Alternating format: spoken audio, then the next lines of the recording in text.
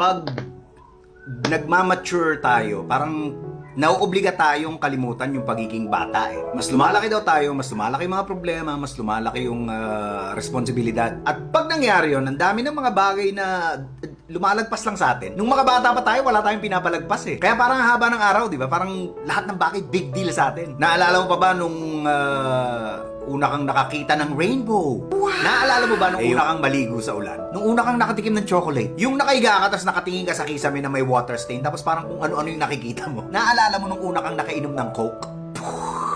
Sa maniwala kahit sa hindi, ang dami pa rin mga ganun sa paligid natin. Mga bagay na hindi pa natin. May mga nagsasabing matanda na tayo kaya hindi na tayo naglalaro. Pero ang totoo, hindi na tayo naglalaro kaya tayo tumatanda. Sana wag niyong hayaang mawala yung inner child ninyo. Huwag tayong maging isip bata.